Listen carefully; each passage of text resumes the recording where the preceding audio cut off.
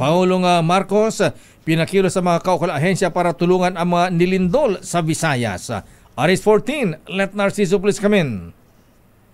Lakay inatasan ni Pangulong Ferdinand Marcos Jr. ang iba't ibang ahensya ng pamahalaan para tugunan ng agarang pangangailangan ng mga lugar na apektado ng malakas na lindol. Ito'y kasunod ng magnitude 6.9 na lindol sa Cebu kagabi na naitala ang epicenter sa Bagos City. Partikular na pinakilos ng Pangulo ang Department of Health para i-assess ang kanilang mga tauhan sa lugar.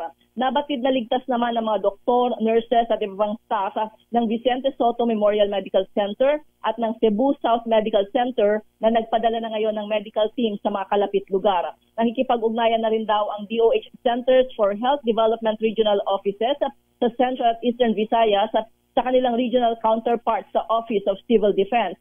Mahigpit rin ang koordinasyon ng Department of Social Welfare and Development sa mga apektadong LGUs para sa kanilang pangangailangan.